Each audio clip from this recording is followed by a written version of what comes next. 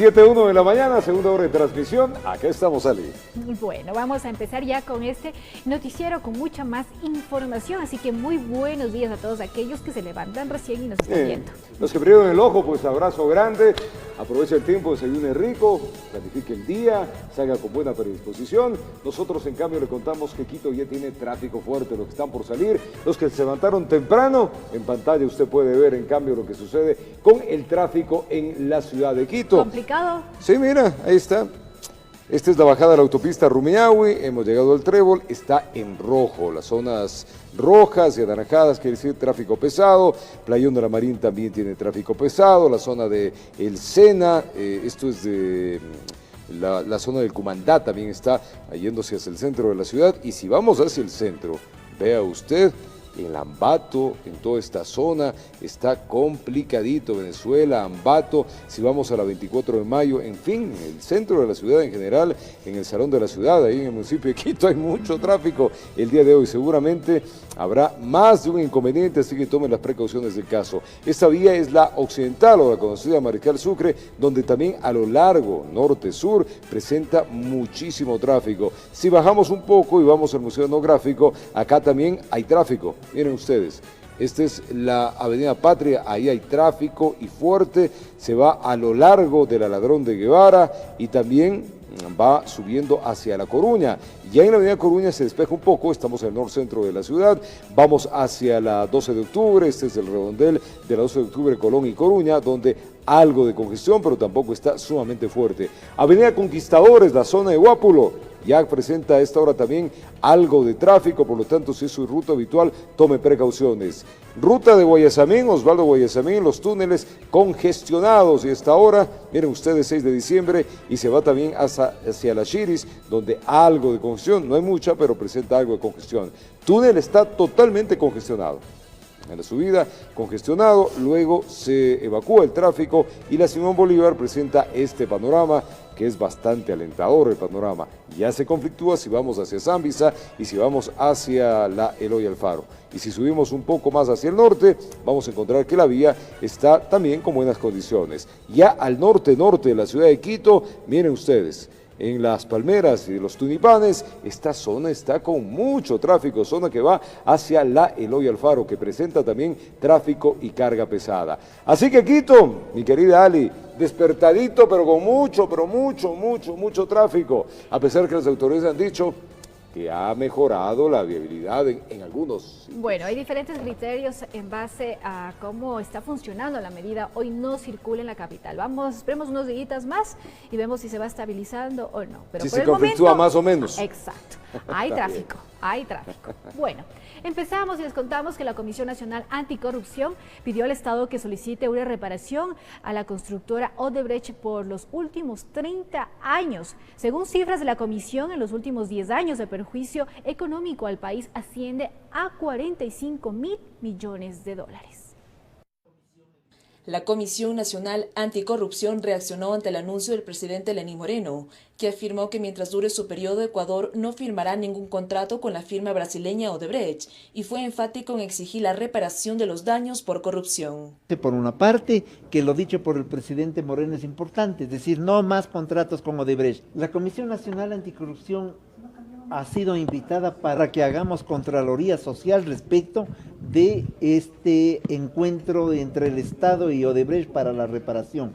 Para Germán Rodas, coordinador de la Comisión Nacional Anticorrupción, también se debería adoptar una disposición para que cualquier deuda del Estado ecuatoriano a dicha empresa tendría que ser imputada a la reparación de Odebrecht. Ese es un tema fundamental. El Estado ecuatoriano no puede hacer pagos adicionales de aquellas cuentas que estuvieran todavía pendientes.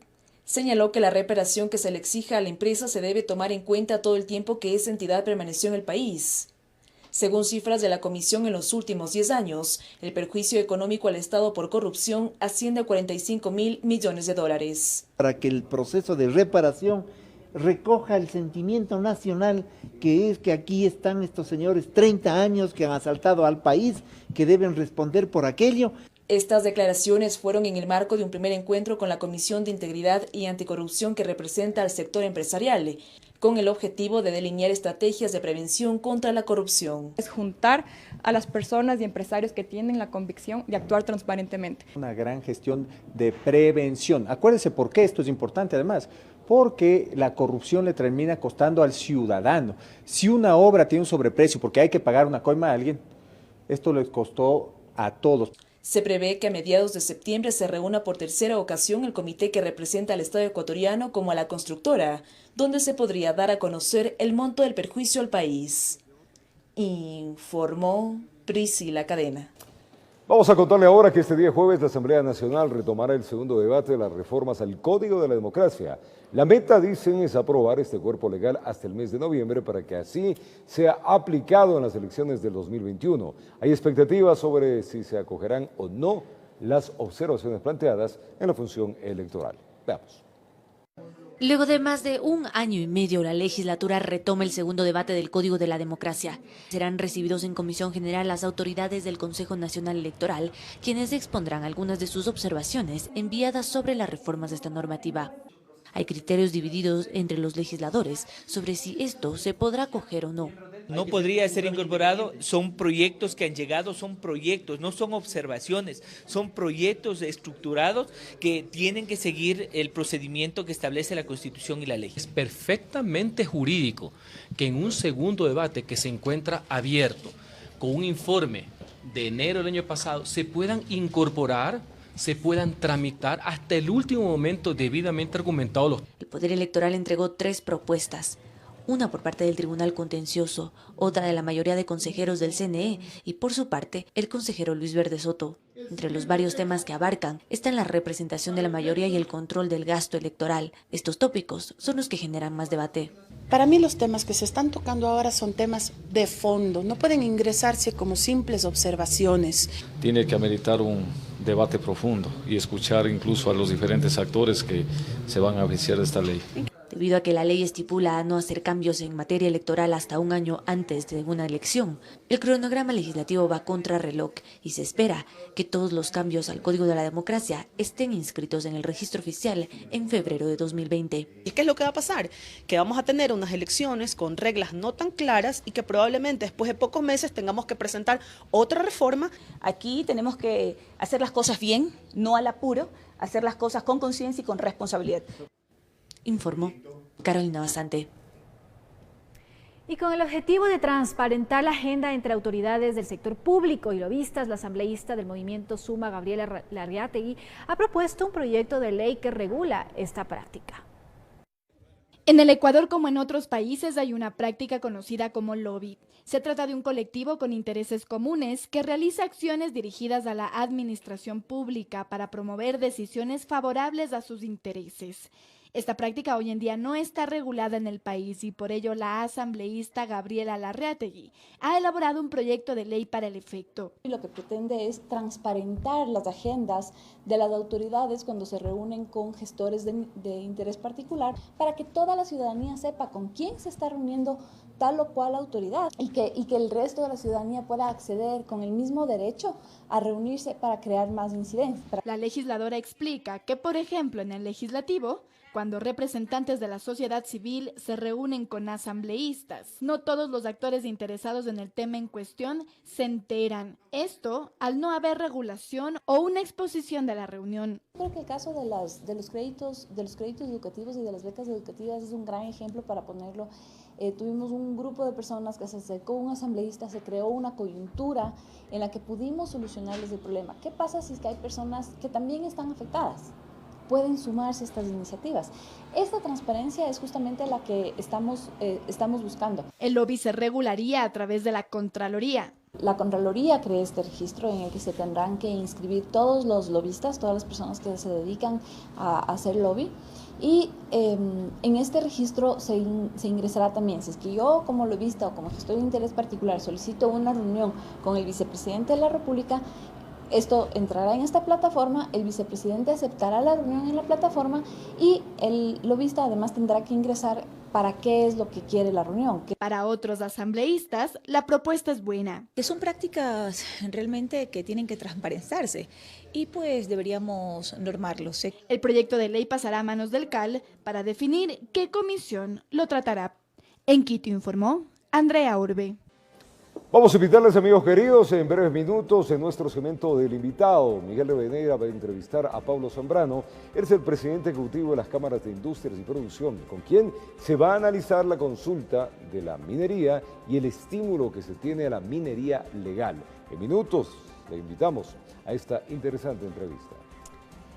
Y después de la pausa comercial les contamos que más de 300.000 contribuyentes se han acogido a los beneficios establecidos en la ley derogatoria del impuesto verde. Hasta la fecha se han recaudado cerca de 90 millones de dólares. Ya regresamos.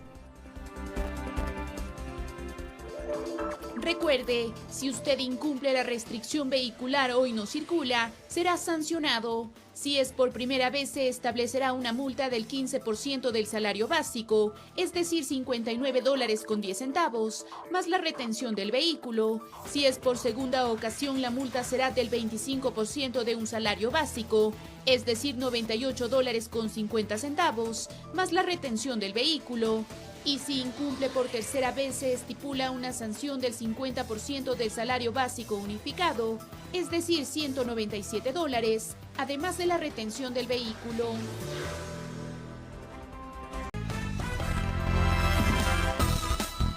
$7:16 en la mañana, 6:16 en Galápagos. Gracias, amigos queridos, por estar con nosotros en este día jueves. Avanza el tratamiento del informe para el segundo debate de la creación de la ley del registro del agresor sexual. El cuerpo legal es ampliamente acogido en la legislatura, pues sería una herramienta útil para cuidar a los menores ecuatorianos de violencia sexual. Veamos. El informe para segundo debate del proyecto de ley para la creación del Registro Nacional de Violadores, Abusadores, Agresores Sexuales de Niñas, Niños y Adolescentes está casi listo. En la Comisión de Justicia hay un consenso en la aprobación de esta normativa. Es una propuesta positiva, yo creo que tiene un consenso incluso de todo el Pleno de la Asamblea Nacional, es una herramienta que ya se da en otros países. Yo creo que es importante tener un registro que nos permita más que todo dar un seguimiento a las disposiciones, a las sanciones dispuestas por un juez y pues evitar que estos abusadores, agresores y violadores tengan contactos con los menores. El mecanismo evitaría la cercanía de los agresores sentenciados que, una vez que cumplieron su pena, se reintegren a la sociedad. Todas esas personas que vayan a contratar a alguien que va a trabajar directamente con niños, niñas o adolescentes podrán exigir el certificado de no ser parte de este registro, es decir, que no se encuentra inhabilitado para trabajar cerca de niños. Aún está por definirse cuánto sería el tiempo en el que el agresor permanecería en este registro. En principio yo planteé el proyecto de ley para que de por vida no se pudieran acercar a niños, niñas y adolescentes. Han habido voces que dicen que eso no estaría bien. Como está hoy el informe, no podrá acercarse a trabajar cerca de niños, niñas y adolescentes por un periodo exactamente igual al de su condena. El Servicio Nacional de Atención Integral para Personas Adultas Privadas de la Libertad sería la entidad más idónea para llevar el registro, junto con el apoyo de otras entidades como el Ministerio del Interior y la Cancillería. La información, a pesar de ser confidencial, será compartida de ser necesario con otros países. Entonces, con esa información que entra vía Cancillería, inmediatamente se alimentaría también la base de datos que manejaría la Secretaría. ¿Para qué? Para que aquel extranjero que ya cometió un delito en su país no venga a cometer delitos acá. De acuerdo a la información del Fondo de Naciones Unidas para la Infancia, en Ecuador, 1 de cada 10 niños ha sido abusado sexualmente a través de prácticas como el acoso, el tocamiento y la violación. Informó Carolina Basante. Y la acción de protección presentada por la Defensoría del Pueblo con respecto a la paridad de género en la vicealcaldía de Quito fue negada. Varios ediles se mostraron inconformes ante esta decisión. La Defensoría del Pueblo esperaba que la vicealcaldía de Quito fuera presidida por una mujer. Es por ello que presentaron una acción de protección basados en el principio de paridad de género, que ese miércoles ante la autoridad competente fue negada. Es decir, una resolución traída completamente de los cabellos, que realmente sorprende la calidad argumentativa de una señora jueza. El artículo 317 del COTAD establece que en la elección de segundas autoridades habrá paridad de género en donde fuere posible. Si hay un alcalde hombre, corresponde una vicealcaldesa mujer. Y el segundo vicealcalde debería ser hombre, la alternancia, la alternabilidad. El Consejo Metropolitano está integrado por 21 concejales que el pasado 16 de mayo eligieron por mayoría a Santiago Guarderas del Movimiento Unión Ecuatoriana, el mismo al que pertenece el alcalde Jorge Yunda como vicealcalde y Gisela Chalá de Fuerza Compromiso Social como segunda vicealcaldesa. Lo que hemos venido nosotros a estar aquí es no a vigilar la designación de un cargo, sino más bien a ver cómo se respetan los derechos y en este caso quienes hemos venido de luchas históricas como somos las mujeres, las minorías étnicas. Las mismas acciones de protección fueron presentadas en Cuenca, Santa Isabel, Mejía, Rumiñahui y San Cristóbal en Galápagos, que fueron ganadas en primera instancia. Ya fue apelada y obviamente ya correrá el término para que pase a la Corte Provincial a ser objeto de resolución de la apelación. Informó Marilyn Jaramillo. El sector productivo insiste en que los camiones de transporte de carga deben circular con la franja horaria habitual para evitar un posible desabastecimiento de productos perecibles en la ciudad de Quito. Por su parte, la Secretaría de Movilidad sostiene que en la primera evaluación de la medida Hoy No Circula se analizará posibles autorizaciones de circulación. Miremos. La medida de restricción inició con ciertas contradicciones. Varias fueron las solicitudes de la Cámara de Industrias y Producción para que el transporte pesado pueda transitar en una franja horaria diferente. Al final, ¿qué fue lo que ocurrió? Un desconcierto total. Las empresas no tienen hasta ahora realmente un cabal conocimiento de qué camiones pueden circular, qué camiones no pueden circular. Nosotros fuimos muy claros al señalar que se mantenga el pico y placa de 7 a 9:30 de la mañana y en la tarde de 16 horas a 19:30 para los vehículos, es decir, mantener un status quo. El horario para este tipo de transporte se extendió 1 hora más, es decir, hasta las 20:30. Según el presidente de la Cámara de Industrias y Producción, Pablo Zambrano, en estos primeros días de la restricción vehicular, el sector se vio obligado a buscar alternativas para evitar un posible desabastecimiento de los productos de primera necesidad y ruptura de la cadena productiva. Ha sido complejo. Hay sectores que han tenido que contratar vehículos de otras provincias, lo cual causa molestias, causa sobrecostos. Otra es la posición de la Secretaría de Movilidad. Guillermo Abad sostiene que mientras el sector no presente la documentación respectiva de la flota del transporte comercial de carga, no se puede generar autorizaciones de circulación. En base a la información que nos entrega, generar varillas de descarga en horarios específicos, en donde las personas se estacionan y hacen su descarga ya de manera organizada. Eso es a lo que queremos llegar. Según Abad, hay una mejora en la productividad de los camiones que transportan alimentos. Anunció además que en una primera evaluación que se efectuará en los primeros 3 meses, se analizará posibles cambios en las franjas horarias. Que al tener mayor fluidez, esos mismos camiones de reparto que antes hacían 5 repartos por día promedio, ahora están subiendo a 7 e inclusive a 8. En lo que corresponde en sí a la medida que inició este lunes, a decir de Abad, el impacto ha sido positivo tanto en el flujo vehicular como en la cifra de automotores retenidos. Tener en promedio 100 personas al día sancionadas, lo que reitero no es del 0,001% del parque automotor. Entonces eso es altamente positivo para nosotros. Informó Priscila Cadena. Y más de 300.000 contribuyentes se han acogido a los beneficios establecidos en la ley derogatoria del impuesto verde. Hasta la fecha, el Servicio de Rentas Internas ha recaudado cerca de 90 millones de dólares. ¿Cómo puede consultar sus valores a pagar? ¿Hasta cuándo puede hacerlo? Le contamos. A menos de un mes de la aprobación de la ley derogatoria del impuesto verde, 368.252 contribuyentes en todo el país se han acogido a los beneficios tributarios que establece esta normativa. Según el director zonal 9 del Servicio de Rentas Internas, Andrés Ordóñez, se tiene previsto recaudar por esta remisión hasta fin de año 119 millones de dólares. Hasta la presente fecha vamos más o menos entre 80 a 90 millones que ya hemos recaudado. Es importante sea la ciudadanía que no tenemos una afectación a la caja fiscal y que las metas de la administración tributaria se mantienen. Dentro de los beneficios de esta normativa se estableció la condonación del 100% de intereses, multas y recargos para quienes tengan obligaciones pendientes por este tributo hasta el 16 de agosto del presente año, fecha en la cual entró en vigor la ley. Por ejemplo, yo tengo un vehículo, una Blazer del año 93 y no le he matriculado desde el año 2000. Tengo todos estos años acumulados que en un régimen normal hubiera tenido intereses y multas por la no matriculación. Lo que la ley hace es que durante todos estos años yo solamente pague el capital. Esto mientras que para quienes en este año no han podido matricular sus vehículos, posterior al 16 de agosto, también recibirán un descuento. Van a pagar solamente el 50% del impuesto a la contaminación ambiental. Ordóñez explica que los rubros a pagar por este beneficio se reflejan automáticamente, por lo cual no requiere de solicitud, pero destaca que quienes se acojan a la remisión deberán cancelar hasta el 27 de diciembre. Si el contribuyente no puede hacer el pago hasta el 27 de diciembre, la administración en forma automática va a prorratear este valor del impuesto a la contaminación ambiental en los valores de las matrículas en los 3 siguientes años, 2020, 2021 y 2022. Para consultar los valores a pagar puede hacerlo a través de la aplicación móvil del Servicio de Rentas Internas o ingresando a la página web www.sri.gov.es. Allí encontrará una ventana de consulta pública y escribe la placa. Puede acercarse también a una ventanilla en cualquier entidad financiera con su matrícula. En Quito informó Adriana Rojas.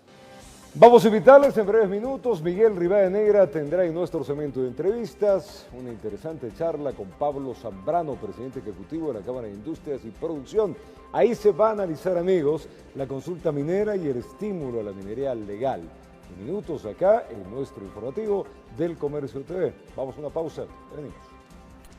Al volver les contamos que al noroccidente de la provincia de Carchi, una de las reservas ecológicas se encuentra afectada tras registrarse un incendio forestal. Ya regresamos con esta información. Restricción vehicular hoy no circula. Recuerde, los vehículos pesados no podrán circular en la mañana desde las 7 hasta las 9:30 y en la tarde desde las 16 horas hasta las 20 horas con 30 minutos. El perímetro de restricción es el mismo que se implementó para el pico y placa.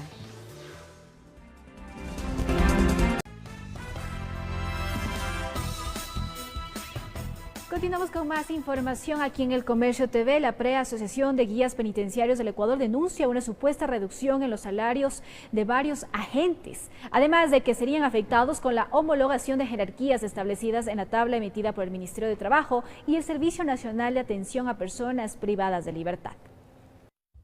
Los guías penitenciarios, junto a sus abogados, llegaron hasta el Servicio Nacional de Atención Integral a Personas Privadas de la Libertad y Adolescentes Infractores SNAI en el norte de Quito.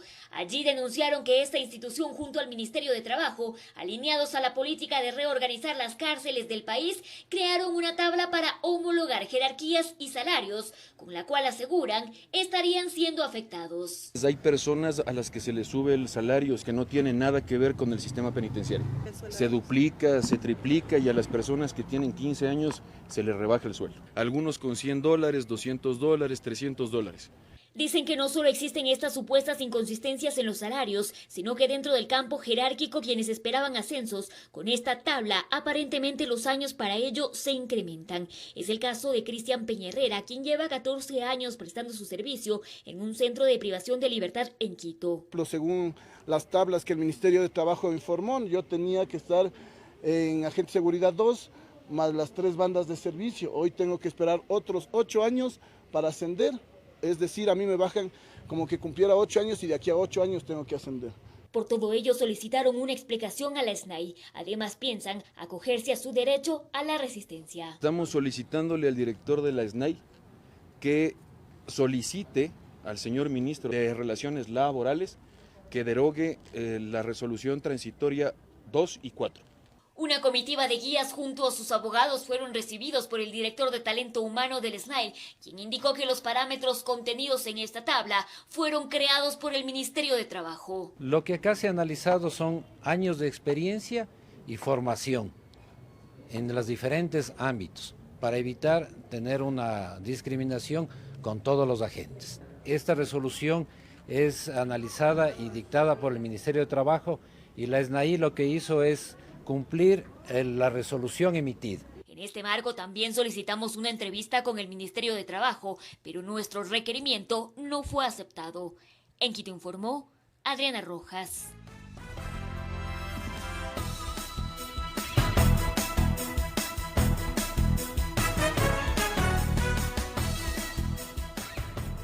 Muy buen día. Un feliz jueves a los amigos televidentes del noticiero El Comercio TV a través de Televicentro Canal 5 de Quito y a los amables oyentes de Platinum FM y Radio Quito, la voz de la capital. Vamos a abordar este jueves un tema de palpitante interés. ¿Qué pasa con el sector minero?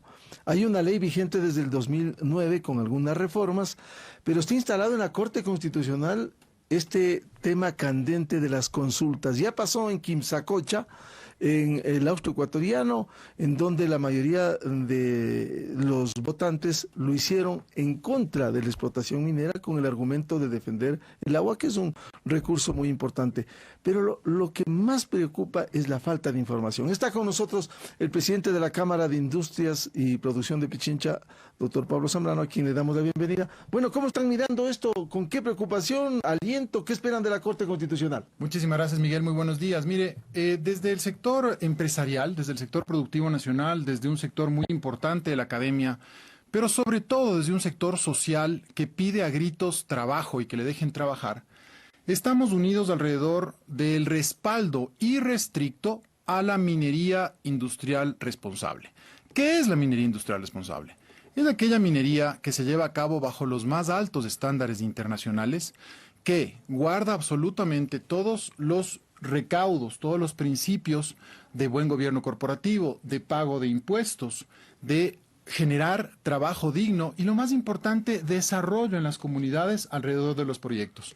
Entonces, si nosotros vemos además las cifras económicas del país y cómo el Ecuador necesita urgentemente inversiones, recursos provenientes de impuestos de la minería, y lo más importante, la generación de empleo para todos los ecuatorianos, las oportunidades para los jóvenes, entonces vemos con muchísima preocupación cómo un grupo de políticos, y permítame la palabra, irresponsables como el prefecto de la SUAY, rodeado de otros políticos irresponsables como Alberto Acosta, Esperanza Martínez y otros activistas, bajo no sé qué parámetros y no sé qué intereses ocultos, están fomentando preguntas y consultas populares sobre un tema que jurídicamente no se puede hacer consultas populares a nivel local. Esto es, en parroquias, cantones o provincias, sobre minería, sobre recursos naturales, que es un bien del Estado. Y al ser un bien del Estado... Es decir, es un problema nacional frente a consultas locales. Exactamente. Entonces, esto generaría una inseguridad jurídica gravísima. Si a esto nosotros le añadimos que necesitamos, como repito yo, trabajo decente, necesitamos hacer una explotación sostenible y sostenida de los recursos naturales que tiene el país, una mala actuación de la Corte Constitucional en este sentido realmente nos dejaría como país en una situación muy difícil y muy compleja. Partamos de un hecho. La minería legal es importante, por cierto, con ciertos parámetros de respeto a la ley, al medio ambiente, al agua, no contaminación. ¿Cómo lograr que eso se cumpla a fin de evitar lo que algunos reivindican, el atentado contra la naturaleza? La única manera de evitar daños a la naturaleza es la minería legal responsable. Y me explico por qué. Cuando uno tiene un negocio formal, vienen las autoridades. Viene el Servicio de Rentas Internas, el Ministerio de Trabajo, vienen las aduanas, viene el Ministerio de Gobierno, viene la Policía, viene el Ministerio de Ambiente, porque el empresario formal, a quien yo represento, tiene RUC, nombre, dirección, teléfono, página web. ¿Pero qué pasa con los mineros ilegales? El caso de Buenos Aires en Imbabura. Yo quiero que los ecuatorianos que nos están escuchando, y especialmente los jóvenes, métanse en un buscador, métanse en Google y pongan Buenos Aires, provincia de Imbabura. En Buenos Aires, provincia de Imbabura, se violaban flagrantemente los derechos humanos. Hay explotación de trabajadores, hay explotación de niños, hay prostitución de menores. Hay además lavado de activos, hay financiamiento del narcotráfico y del terrorismo. Eso es la minería ilegal. Por lo tanto, si es que a las mineras legales, a la minería legal responsable, no le dejan trabajar en el Ecuador, entonces nos vamos a encontrar en un escenario en que los proyectos mineros donde ya están trabajando van a ser invadidos. ¿Invadidos por quién? por mineros ilegales. Porque hay una máxima, hay un dicho que es clarísimo. Donde hay minerales, hay explotación mineral. Entonces la dicotomía no es como miente un político que dice agua o minerales. Esa no es la dicotomía. La dicotomía es minería legal o minería ilegal. Y esto tiene que entender la Corte Constitucional y aplicar el texto que manda la Constitución. ¿Cuál es el texto que dice la Constitución? La Constitución establece claramente en el artículo 261 cuáles son las atribuciones o potestades de cada entidad o estamento del Estado. Entonces, el gobierno central, es decir, las 24 provincias, el Estado ecuatoriano representado por el presidente de la República, tiene la potestad de administrar, explotar o concesionar los denominados recursos estratégicos. ¿Cuáles son? Minería, petróleo, espectro radioeléctrico, fuerza eléctrica, entre otros.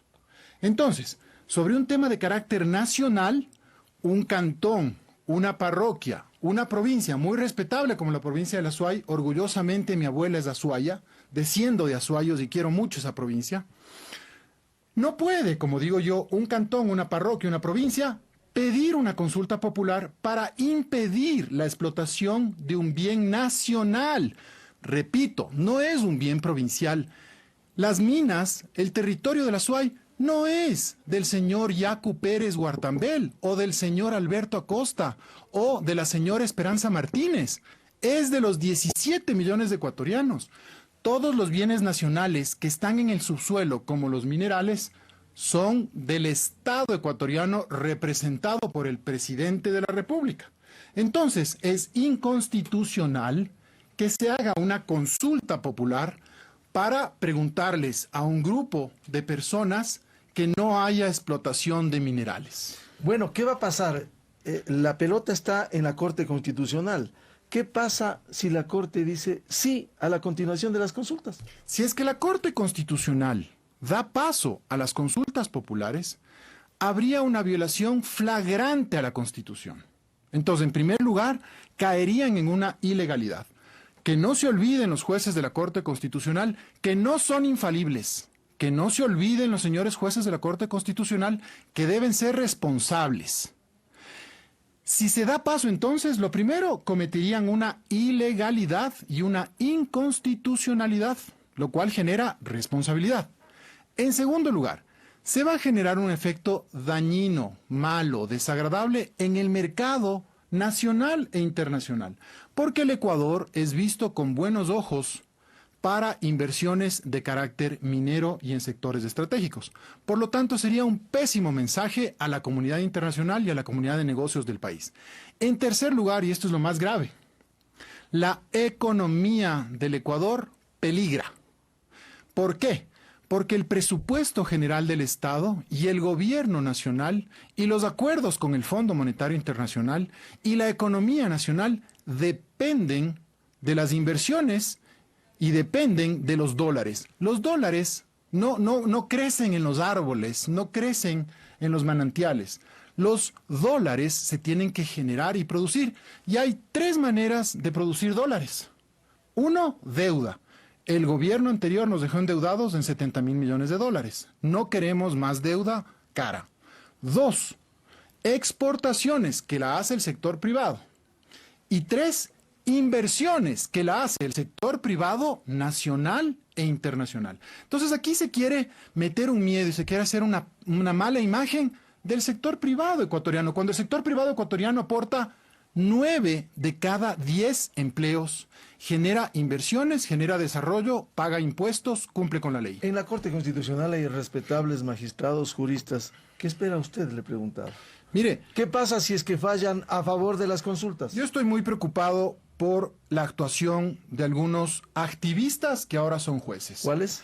La Cámara de Industrias y Producción, la Federación Nacional de Cámaras de Industrias del Ecuador, el Comité Empresarial Ecuatoriano y la Cámara de Comercio de Quito hemos presentado una solicitud al Pleno de la Corte Constitucional para que se analice la excusa del juez Ramiro Ávila Santamaría.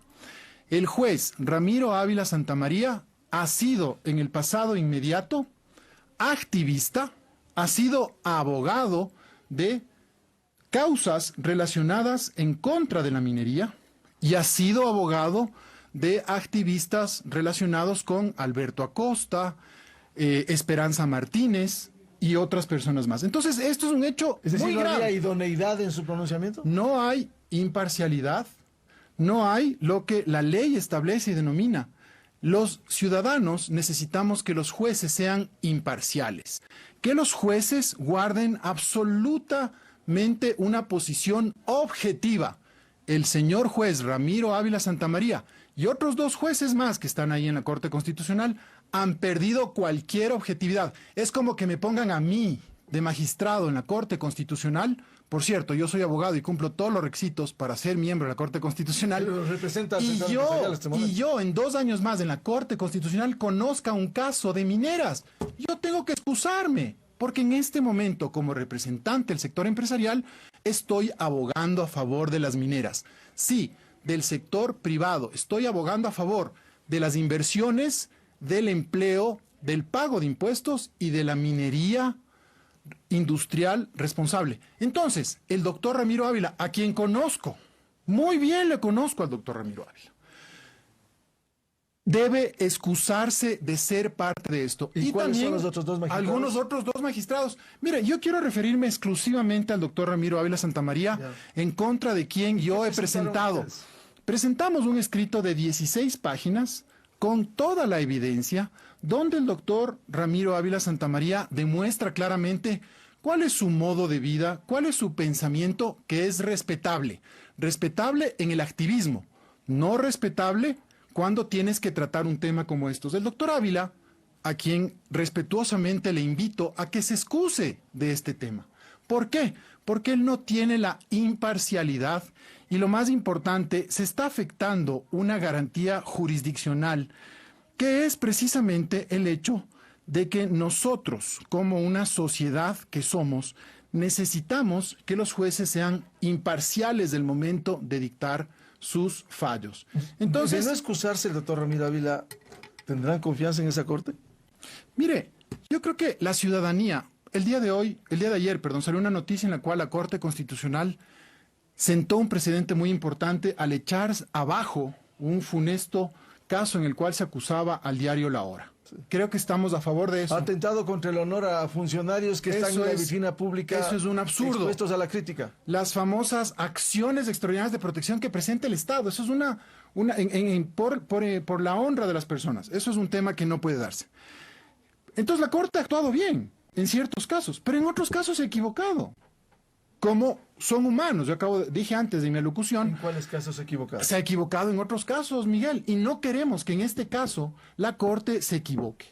No queremos que en este caso la Corte actúe inconstitucional e ilegalmente. No queremos que la Corte haga una interpretación extensiva, una interpretación a través de la cual se rompa la Constitución, porque lo peor que le puede pasar a un país es la inseguridad jurídica, y no la inseguridad jurídica de la empresa o de los empresarios, que exigimos seguridad jurídica, sino la seguridad jurídica de los ciudadanos. ¿Qué vamos a hacer con las 30,000 personas que trabajan directamente para el sector minero? ¿Qué vamos a hacer con las 250,000 personas que están encadenadas en 30 sectores productivos que proveen servicios a la minería? ¿Qué vamos a hacer con las comunidades directas que se benefician de la minería? Esa es una reflexión. ¿Qué va a hacer el país con la crisis o el momento económico? No hablemos de crisis porque es una palabra fea, angustiosa, pero el momento económico que atraviesa el país es difícil, es complejo, tenemos grandes retos. Y por eso es que el principal interesado en que esto salga adelante somos los 17 millones de ecuatorianos. ¿Qué va a pasar si es que no se excusa? Si es que no se excusa, hay que analizar las opciones que nos da el ordenamiento jurídico ecuatoriano. Bien, el doctor Pablo Dávalos, Zambrano, perdón, hijo de un respetable jurista como fue el doctor Gonzalo Zambrano Palacios, presidente de la Cámara de Industrias y Producción de Pichincha, aquí en el noticiero El Comercio TV a través de Televicentro, Canal 5 de Quito. En las radios continuamos este diálogo, Platinum FM y Radio Quito, la voz de la capital. Muy buen día.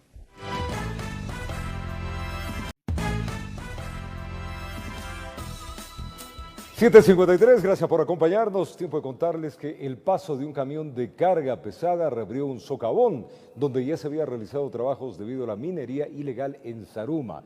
Este hecho obligó a realizar un operativo en contra de esta actividad ilegal que existe en esta zona. Veamos. Un nuevo socavón en la zona minera de Zaruma daría cuenta de la reactivación de la actividad ilegal en la zona.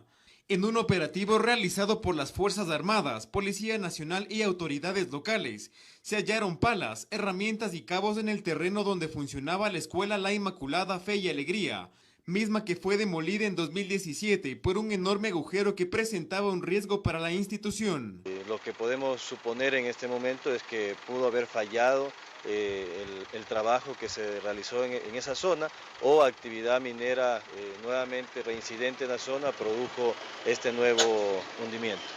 Dadas las alertas por el nuevo socavón, las autoridades locales solicitaron que se retomen las acciones de revisión, control, seguimiento y mitigación en el área y en toda la zona de la extrusión minera. Nosotros hemos hecho la propuesta de revisar el tema de recursos, hacer un seguimiento y un control con técnicas tradicionales en cuanto al tema de control de minería ilegal. Además del personal del Departamento Municipal de Obras Públicas y el alcalde acudieron a la zona minera para constatar los daños que ha dejado los denominados sableros. En el lugar se hallaron varias herramientas para realizar esta actividad ilícita, mismas que fueron decomisadas.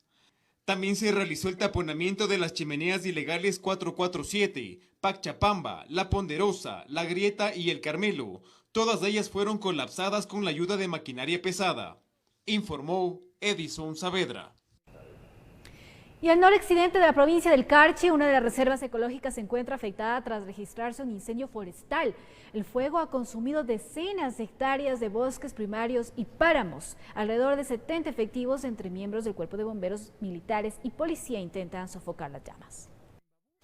El Cerro Pan de Azúcar, ubicado en la zona de El Chical, arde en llamas. Más de 70 efectivos entre bomberos, militares y policías se encuentran en el sitio buscando apagar este paraje que forma parte de las reservas ecológicas que tiene la provincia. Desde el Cuerpo de Bomberos se da a conocer cuáles serían las posibles causas de este flagelo. Se trata de un incendio de subsuelo en el cual está el fuego más o menos a 1 metro, 1,5 metros bajo de esa maleza que es acumulación de hoja rasca de la caída de los árboles. Ante esta circunstancia, que es la mayor registrada en las últimas semanas, ya que los anteriores no han sido de gran magnitud, se decidió activar el COE cantonal. El incendio se habría iniciado desde el pasado domingo. El día lunes pensamos de que el incendio se había sofocado por sí mismo, pero en horas de la tarde, golpe de 3, 4 de la tarde, se recibió la llamada de que se había reavivado este incendio. Una de las dificultades que mantienen los efectivos es la accesibilidad. Se trata de una montaña que está distante de las comunas. Los habitantes estarían en el sitio sirviendo de guías y colaborando para poder apagar este incendio. El difícil acceso a este sector, y que se trataba de pronto de quemas agrícolas, ya que en el sector están propiciando estos cultivos de mora. Las comunicaciones son muy difíciles. A través del EQ 911 se puede determinar cómo marcha la labor ardua de poder apagar este incendio de gran magnitud. Teléfonos satelitales que se podían comunicar con el EQ, pero estamos en constante monitoreo con el EQ, pero no se recibe ninguna llamada aún. Con imágenes de José Cedeño desde la provincia del Carchi, informa Miriam Enríquez. 7:57 de la mañana, el Servicio Nacional de Gestión de Riesgos y Emergencias desarrolló este miércoles en los cantones de Latacunga y Salcedo el 7º simulacro de evacuación como medida preventiva para actuar de manera segura en caso de erupción del volcán Cotopaxi. Veamos. En el 7º simulacro de evacuación con hipótesis de erupción del volcán Cotopaxi, 111 dispositivos de videovigilancia del EQ 911 monitorearon el ejercicio. Se declaró alerta amarilla a las 8 de la mañana. Con esta alerta amarilla se convocan a las mesas de trabajo para que empiecen a funcionar. Las sirenas del sistema de alerta temprana y mensajes de texto anunciaron el inicio del simulacro. La gente está participando activamente, con mucha eficiencia, con mucho profesionalismo. En nuestro guión estamos en los tiempos correctos. En el barrio El Boliche, perteneciente a Pastocalle, se instaló la base de operaciones. Es un lugar estratégico, precisamente por eso, de hecho puede ser y va a servir como alojamiento temporal, por eso está escogido y estamos instalados aquí con la base de operaciones. En el simulacro se planteó una erupción grande como fue de 1877, que generó flujos laáricos, por eso las hidroeléctricas también forman parte del plan de contingencia. El río Cutuchi es el afluente más importante. Estas hidroeléctricas podrían ser afectadas también por los flujos lajáricos, ya que llegarían grandes crecidas con gran cantidad de sedimentos que podrían afectar las turbinas. Por eso tal vez son necesarias medidas de mitigación como abrir las compuertas para permitir el tránsito normal del lajar. Al sitio cientos de familias llegaron a los albergues temporales donde les recibieron los voluntarios de Protección Civil. Les quiero dar la cordial bienvenida y felicitarles por el esfuerzo que han hecho. Todos y cada uno de ustedes estamos y tenemos que aprender a vivir con el coloso que ustedes tienen como vecino. El simulacro tuvo como objetivo la preparación de la ciudadanía ante cualquier actividad del volcán Cotopaxi. Nosotros salimos desde el Chasqui, nos demoramos 20 minutos al llegar al boliche. Venimos saliendo lo que tocan las sirenas nomás. Y estábamos en el punto de encuentro de la familia y de ahí nos evacuamos para el boliche. Informó Natalie Guerrero.